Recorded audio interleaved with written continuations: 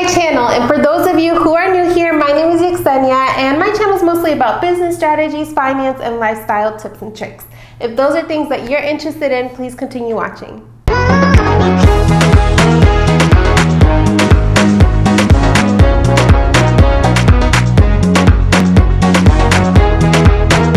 You clicked on this video, you may be curious to see if it's worth getting a master's degree in this day and age. Well, you're in the right place, because I'm going to share with you the pros and cons of pursuing a master's degree, and along with that, I'm also going to share with you things to consider before you make that decision to pursue your master's degree, to make sure it's the right fit for you. So just to give you a little bit of a background, I have my master's degree in healthcare administration with a specialization in healthcare operations.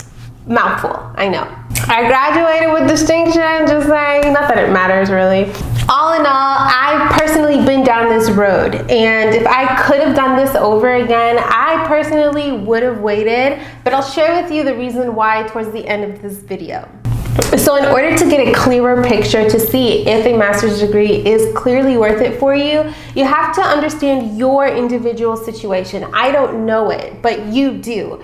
So let's dive in a little bit deeper to see where the pros and cons lay with your individual journey. But as you know, I will give you a little bit of data to back this up. I will leave the link somewhere around here or somewhere in this area.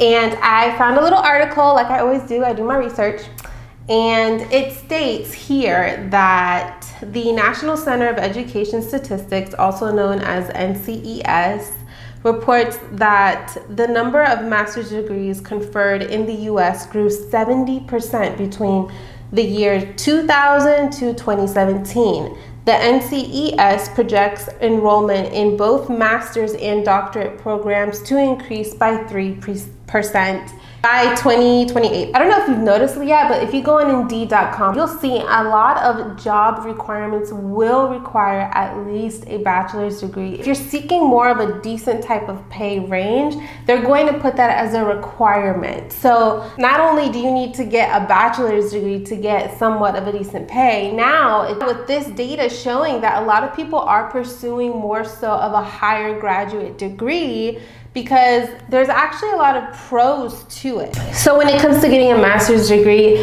there is a higher probability for you to get a higher leadership role. And there is a higher employability and a broader career path. In many fields, the requirements to get into a leadership position do require a master's degree. If you're a little unsure of the career path that you currently are on with your bachelor's degree, going for a master's degree will kind of help guide you a little bit more of the direction that you want to take. Grad school can help you transition into a more desirable career. But this is where you need to consider how much more money is your graduate degree going to earn you, and if it's really worth taking on additional debt. And the most common benefit is that your master's degree is going to help you stand out amongst your peers with a bachelor's degree.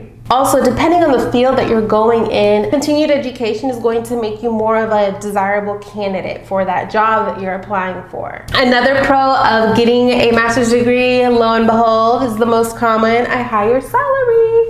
Now, just to give you some stats on this, I found an article where it was talking about kind of like an average. So according to the National Association of Colleagues and Employers, also known as NACE, a graduate with a bachelor's degree in business administration can expect to earn a starting salary of $57,133.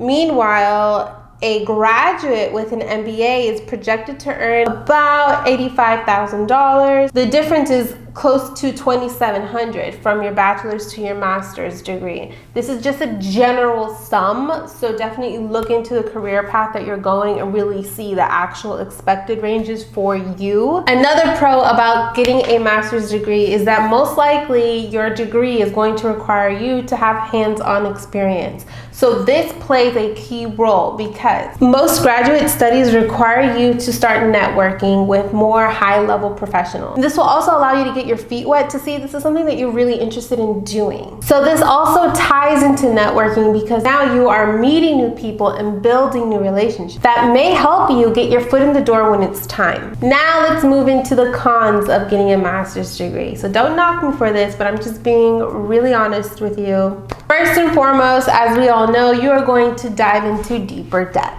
So did you know that the average for a master's degree ranges from $30,000 to $120,000 for a degree? So this range varies widely due to the university, the degree, and the program you're pursuing. There's also living costs to consider if you are moving into a different environment, especially. So this is where you're really gonna have to consider how much your graduate degree is going to earn you, and if this outweighs the additional debt that you are going to be taking on. Now, the next con of getting a master's degree is that it can actually delay you to get into the workforce. So it takes an average of 2 years, for some 3 to 4 years, to obtain your master's degree. So depending on the field and the type of degree that you pursue, it can take you about 2 to 7 years for you to complete your master's degree. You could spend an additional 2 to 7 years in school. So this is going to affect the time that you have for other pursuits. That means your hobbies, your passions, your time with family and friends, all of that could be put onto the back burner while you're pursuing your master's degree. The fourth con of achieving a master's degree is that there is no guarantee that you're going to have a higher salary or better opportunity. I'm sorry to break it to you.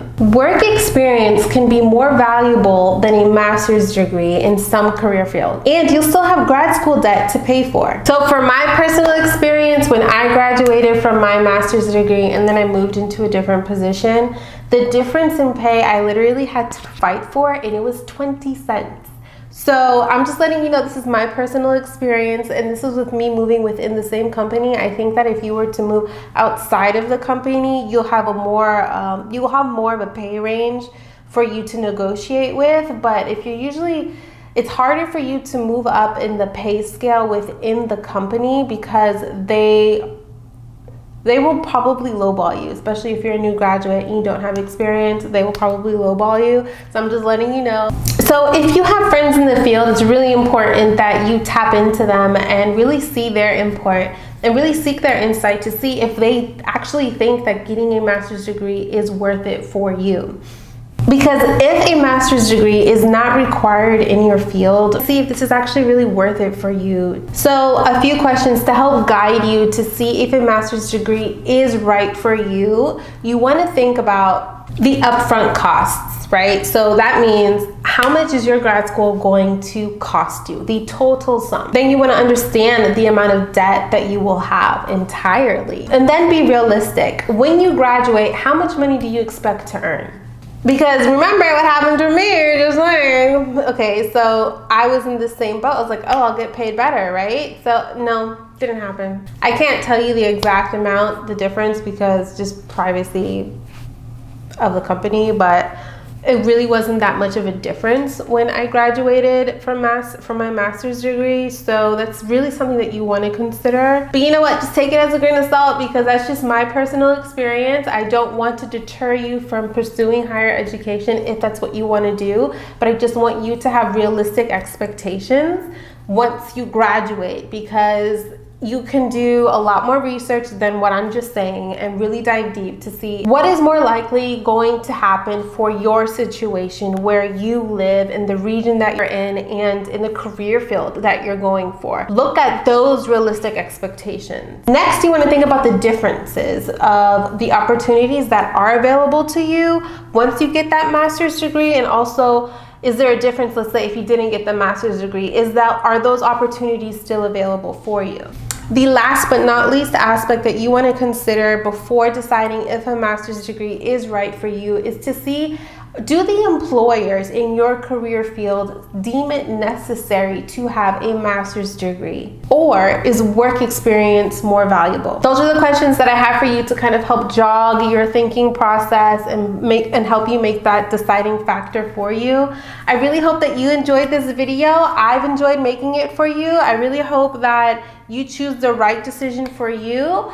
I have a whole separate view on this, but I didn't want to add it too much into this video because essentially this video I made for you. It's not about me. I'm trying to help you make the best decision for your career journey. I really hope that this information was useful. I hoped that it helped jog your thinking process before you decide to commit to pursuing a master's degree. I really enjoyed making this video for you. If you've enjoyed this video, please give me a thumbs up, consider subscribing, and as always, I wish you happiness and success wherever your destiny takes you, and I can't wait to see you very soon.